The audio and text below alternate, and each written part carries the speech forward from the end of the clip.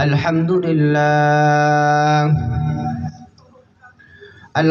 لله وكفى وسلام على عباده الذين اصطفى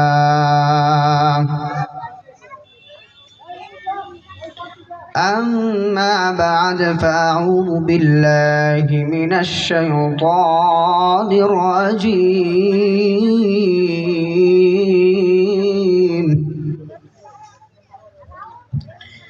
بسم الله الرحمن الرحيم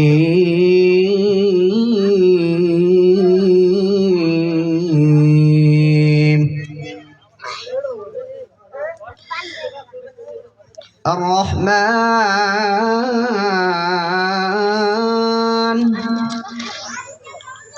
علم القرآن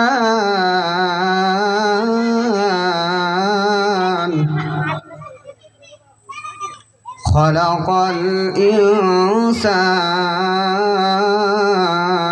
الإنسان صدق الله العظيم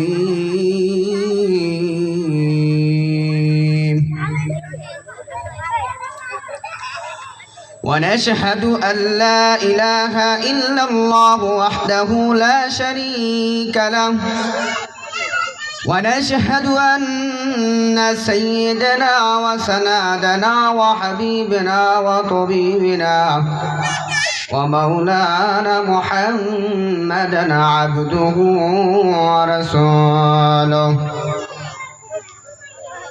أرسله بالحق بشيرا ونذيرا وداعيا إلى الله بإذنه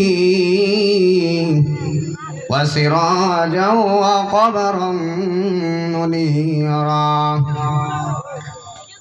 إن الله وملائكته يصلون على النبي يا أيها الذين آمنوا صلوا عليه وسلموا تسليما شكرا درد اللهم صل على سيدنا مولانا محمد وعلى آل سيدنا مولانا محمد جاইয়া দেখো মদিনাতে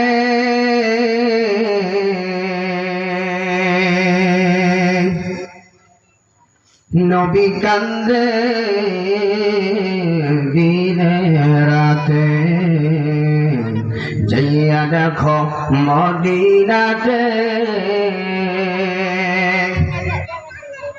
নবী উম্মতের মায়ায় পড়ে কান্দে দিনে রাতে আল্লাহুম্মা সাল্লি আলা সাইয়্যিদিনা مولانا محمد وعلى آل سيدنا مولانا محمد محبت جگر کری لا إله إلا الله لا إله إلا الله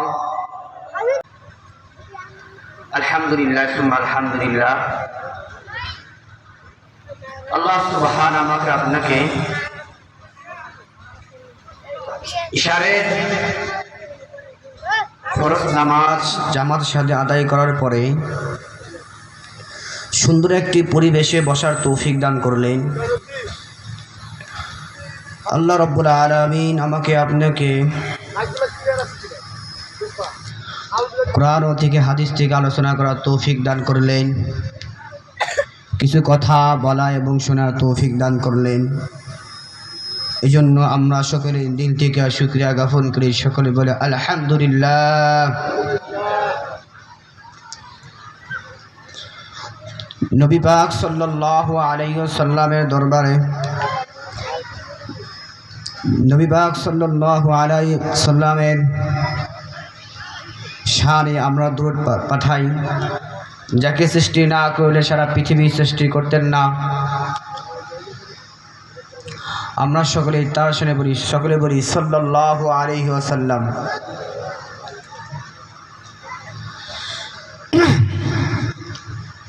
আলহামদুলিল্লাহ, আমরা এখানে বসতে পেরেছি, খুশি না বেজার? আরো জোরে বলেন, খুশি না বেজার? আমি আপনি বসতে পারি নাই, আল্লাহ তাআলা বসাইছেন।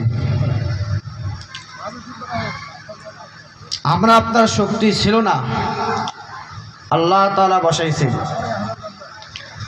মানুষ ইচ্ছা করলেই ইবাদত, আল্লাহ তাআলার ইবাদত বন্দেগী করতে পারে না যদি আল্লাহ যদি বান্দাকে যদি তৌফিক যদি না দান করে। এজন্য আমরা আল্লাহ রাব্বুল আলামিনের দরবারে লাখো কোটি শুকরিয়া জানাই।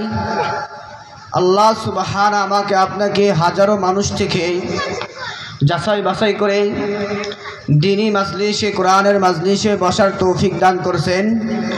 এজন্য আমরা সকলে আবারও দিন থেকে শুকরিয়া জ্ঞাপন করি, সকলে বলি আলহামদুলিল্লাহ।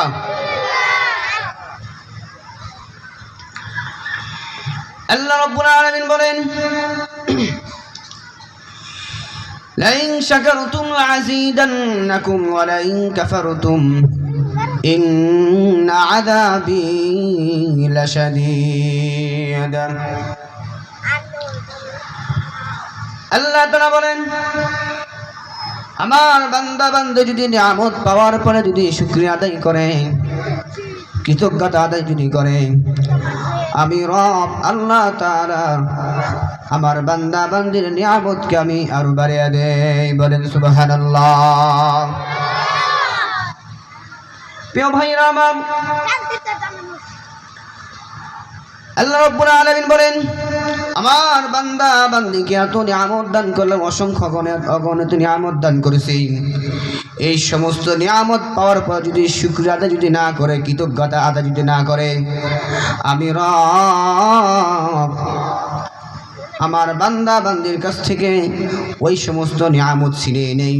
শুধু তাই নয়, ইন্না আযাবী লাশাদীদ, তাকে কঠিন আযাবে গ্রেফতার করে তাকে আমি জাহান্নামে নিক্ষেপ করি। বলেন নাউজুবিল্লাহ।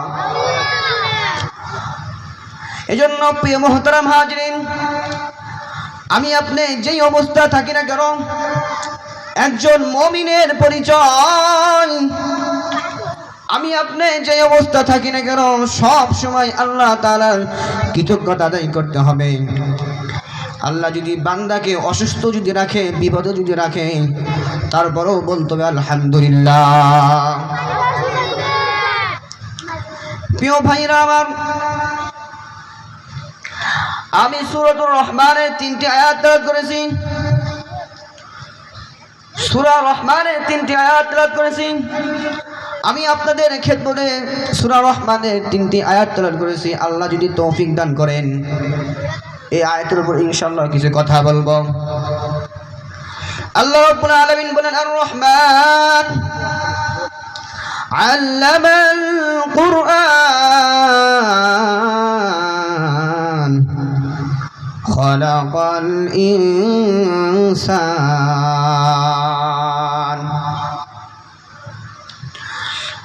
আল্লাহ তাআলা বলেন, রহমান, আমার নাম রহমান, আল্লামাল কুরআন, যিনি কোরআন সৃষ্টি করেছেন, খালাকাল ইনসান, যিনি মানুষ সৃষ্টি করেছেন। প্রিয় ভাইরা আমার, বলেন তো কোরআন কে সৃষ্টি করেছেন? আরো জোরে বলেন, কে সৃষ্টি করেছেন? মানুষকে আল্লাহ তাআলা কে সৃষ্টি করেছেন? আরো জোরে বলেন। আল্লাহ তাআলা বলেন, আল্লামাল কুরআন, আমি কোরআন সৃষ্টি করেছি। খালাকাল ইনসান, আমি মানুষ সৃষ্টি করেছি। এখন প্রশ্ন আপনাদের কাছে, আল্লাহ তাআলা আগে কোরআন সৃষ্টি করেছে নাকি আগে মানুষ আগে সৃষ্টি করেছে? কথা বলেন। আল্লাহ তাআলা আগে মানুষ আগে সৃষ্টি করেছেন। আয়াতের অর্থ ভালো করে, তাফসীর ভালো করে বুঝবেন।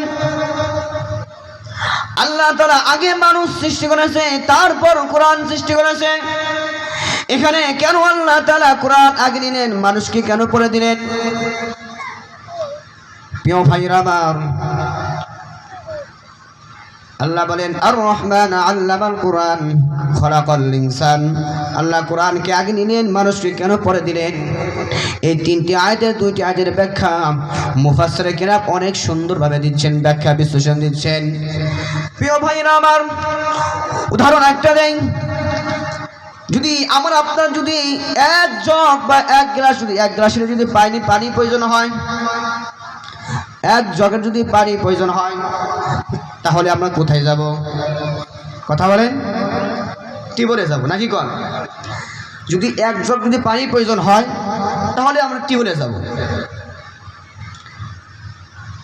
এখন টিউবওয়েল যেখান দিয়ে পানি পড়ে, আপনি জগটা নিয়ে গেছেন, যে স্থানটা পানি, যে মুখা দিয়ে পানি পড়ে, আপনি জগ খুলছেন, জগের মুখা খুলছেন। এখন যে স্থানটা পানি পড়ে, আপনি ওই স্থানে না রেখে আধা হাত বা এক হাত ফাঁকে রাখছেন, আর এদিকে আপনি টিউবওয়েল যাত্রী আছেন, কখনো জগ ভরবে? কথা বলেন। কারণ কি? ওই জগ টিউবওয়েলের সাথে সম্পর্ক নাই। কি নাই? সম্পর্ক নাই। প্রিয় ভাইরা আমার, মুফাসসিরে কেরাম এই ব্যাখ্যা দিচ্ছেন, বান্দার যদি আল্লাহ তাআলার সাথে, রবের সাথে যদি সম্পর্ক যদি করতে চাই, তাহলে কি করতে হবে? তাহলে এই আয়াতগুলো উপর দিকে সাজান। আর রহমান আল্লামাল কোরআন খলাকাল ইনসান। মানুষ থাকে জমিনে। মানুষ কোথায় থাকে? কথা বলেন, জোরে বলেন। মানুষ থাকে জমিনে। এই জমিন থেকে আল্লাহ তাআলার আরশ পর্যন্ত রবের সাথে কিভাবে সম্পর্ক হবে, কিভাবে ভালোবাসা হবে, এজন্য মুফাসসিরে কেরাম ব্যাখ্যা দিচ্ছেন এই আয়াতের। আর রহমান আল্লামাল কোরআন খলাকাল ইনসান। মানুষ থাকে জমিনে। এই মানুষ রবের সাথে কিভাবে সম্পর্ক হবে? মুফাসসিরে কেরাম আল্লাহ তাআলা ব্যাখ্যা দিচ্ছেন, এরে মুমিন বান্দা, তুমি মাঝখানে কোরআন ঢুকিয়ে দাও। তুমি যখন মাঝখানে যখন কোরআন ঢুকিয়ে দেবা, যখন তোমার যখন কোরআনের সাথে সম্পর্ক হবে, তখন তোমার রবের সাথে তোমার সম্পর্ক হবে। বলেন সুবহানাল্লাহ। অর্থ বুঝছেন কথাটা? তাহলে কোরআনের সাথে সম্পর্ক রাখতে হবে কি হবে না? কথা বলেন, আরো জোরে বলেন।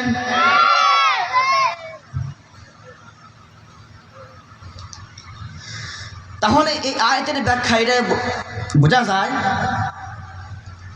মানুষ একেবারেই আল্লাহ তাআলার সাথে সম্পর্ক হতে পারে না যেই পর্যন্ত কোরআনের সাথে সম্পর্ক না হবে।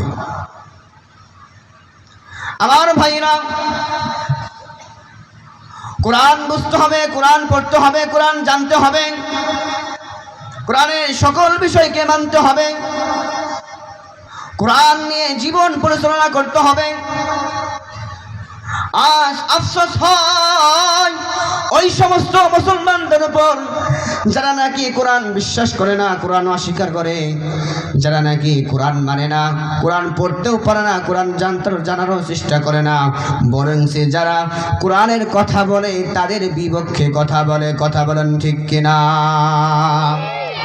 আমার ভাইরা, আমি আপনি কোরআন পারি না, কোরআন পড়তেও জানি না।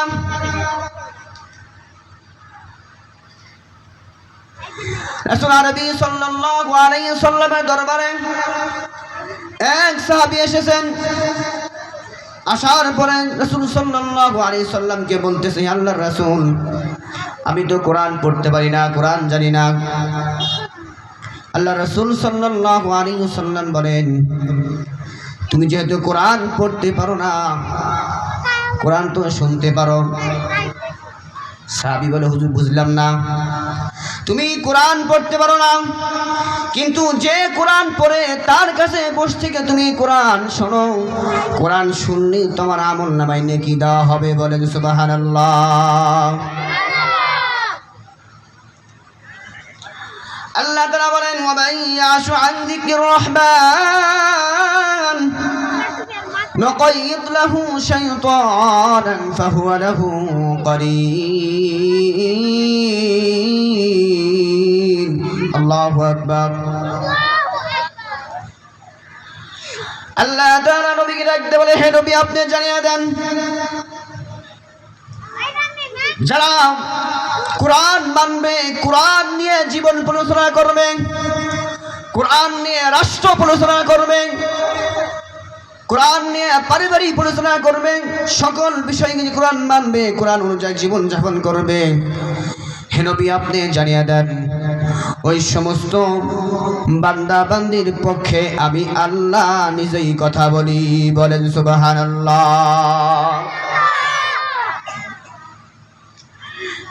আমার ভাইরা সম্মানিত উপস্থিতি মুহতারাম হাজিরিন তারপর আল্লাহ তাআলা বলেন হে নবী আপনি জানিয়ে দেন যারা নাকি কোরআন মানে না কোরআন অস্বীকার করে কোরআন নিয়ে জীবন পরিচালনা করে না বরং সে কোরআনের বিরুদ্ধে যায় নবীজি আপনি জানিয়ে দেন শাইতানান ফাহুয়া লাহু করিন আল্লাহু আকবার আমার ভাইরা ওই সমস্ত বান্দা বান্দির পক্ষে পরিচালনা করে শয়তান তাহলে যদি কোরআন নিয়ে যদি জীবন পরিচালনা করি কোরআন নিয়ে যদি রাষ্ট্র পরিচালনা করি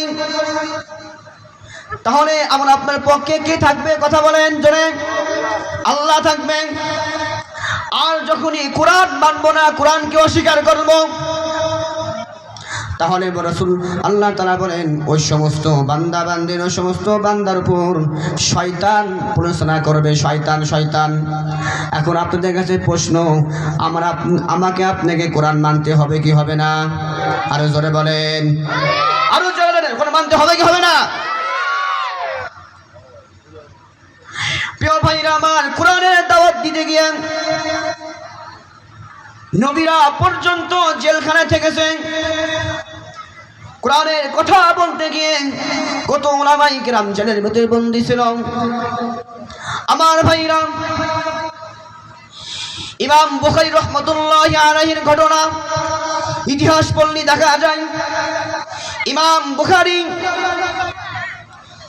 মৃত্যুর আগে তার ছাত্র মাদ্রাসার ছাত্র ছিল 90,000 ছাত্রকে হাদিসের দরস দিতেন কত হাজার ছাত্র জোরে বলেন কত হাজার 90,000 ছাত্রকে ইমাম বুখারী হাদিসের দরস দিতেন হাদিস পড়াইতেন প্রিয় ভাইরা আমার ইমাম বুখারী সেই বুখারার শাসক ছিলেন খালিদ ইবনে জোহরা তখনকার আমলে বুখারার শাসক ছিলেন খালিদ ইবনে জোহরা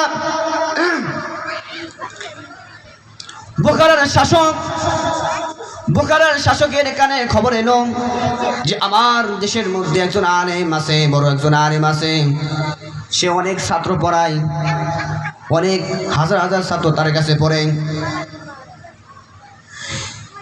90,000 ছাত্রকে দরস দিয়েছেন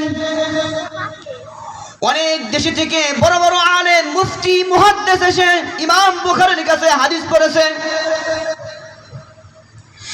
ইমাম বুখারী এই কথাগুলো যখন পুরো পৃথিবীতে যখন ছড়িয়ে গেল ওই শাসক বাদশার কানে গেল কানে যাওয়া মাত্রই বাদশা এবার খালিদ ইবনে জোহরা বলতেছেন এই বার্তা বাহক তুমি ইমাম বুখারীর কাছে যাও ইমাম বুখারীর কাছে তুমি যাও আমার কথাগুলোকে তুমি জানিয়ে দাও রাওয়াত দুইটা এসেছে বাদশা নিজেই পড়তে চেয়েছে আর অন্য রাওয়াত এসেছে বাদশার দুই ছেলেকে পড়ানোর জন্য বলতেছে বার্তা বাহক চলে গেছেন ইমাম বুখারীর কাছে গিয়েছেন ইমাম বুখারীর কাছে গিয়ে বলতেছেন ইমাম বুখারী হুজুর মৌলভী আপনার তো কপাল খুলে গেছে আপনার কপাল খুলে গেছে কি কপাল খুলে গেছে এ হুজুর ও ইমাম বুখারী আপনার কপাল খুলে গেছে এই বুখারার শাসক বাদশাহ আপনাকে নিজের মনতলায় ডাকছে, নিজের মনতলায় ডাকছে, নিজের বাড়িতে ডাকছে। ইমাম বুখারী বলে কেন ডাকছে? বার্তাবাহক বলে, ও ইমাম বুখারী, বাদশাহ আপনার কাছে হাদিস পড়তে চাই, আপনার কাছে হাদিস পড়তে চাই। ইমাম বুখারী বলে, আমার কাছে যদি হাদিস যদি পড়তে চায়, 90,000 ছাত্র যেরকম পড়ে আমার মাদ্রাসায় এসে তাকে এভাবে পড়তে হবে, আমার মাদ্রাসায় এসে তাকে এভাবেই হাদিস পড়তে হবে।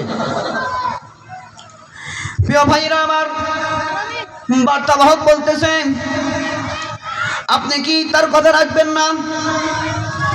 বলে, না না না, আমি যদি হাদিসের কিতাব নিয়ে যদি বাদশার রাস্তার পরে যদি যাই, হতে পারে আমার কাছে আমার কিছু টাকা মিলবে, কিছু রুটি মিলবে, কিন্তু আল্লাহ রাসূল সাল্লাল্লাহু আলাইহি সাল্লামের হাদিসের অমর্যাদা হবে, সম্মান কমে যাবে। আমি ইমাম বুখারী যেই পর্যন্ত বেঁচে আছি, আমি আল্লাহর রাসূল সাল্লাল্লাহু আলাইহি সাল্লামের হাদিসের মর্যাদা কখনো কমতে দেব না।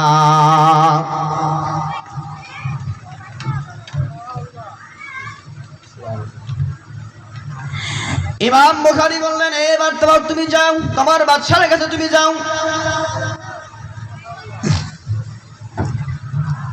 তোমার বাদশার কাছে তুমি জানিয়ে দাও,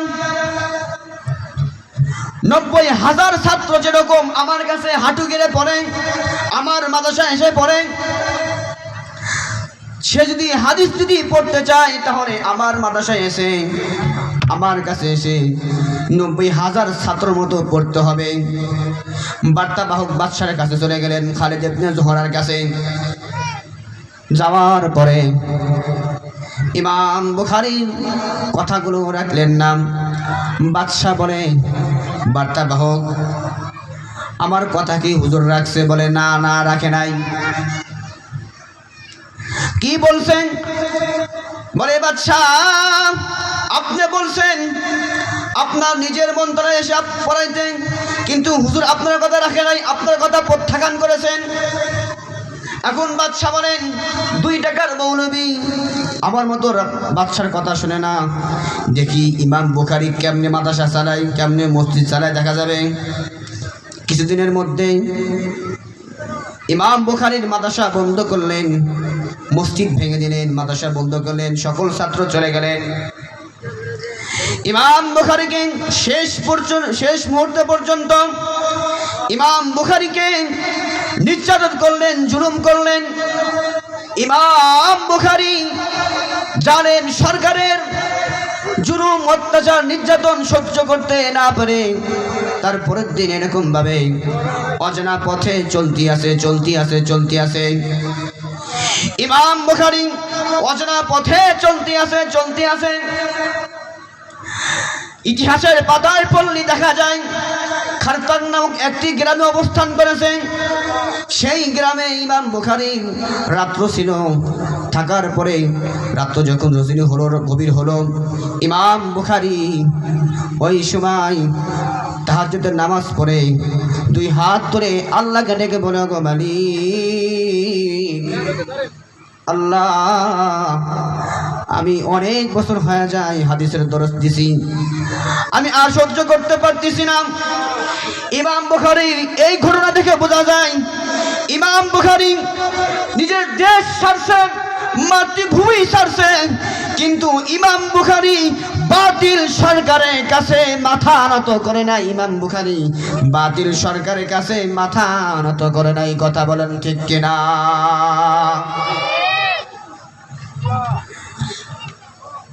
আলহামদুলিল্লাহ। তাহলে ইমাম বুখারী কিরকম দিনের উপর ইস্তেবাদ ছিল। ইমাম বুখারীর মাদ্রাসা বন্ধ করছে, ছাত্র সকল চলে গেছে, সবাই চলে গেছে। ইমাম বুখারীকে নির্যাতন জুলুম করেছে। তারপরও ইমাম বুখারী বাতিল সরকারের কাছে মাথা নত করে নাই, মাথা নত করে নাই। কথা বলেন ঠিক কিনা? এজন্য আল্লাহ তাআলা সকলকেই মৃত্যুর আগ পর্যন্ত কোরআনের পথে থাকার তৌফিক দান করেন। সকলে বলি আমিন।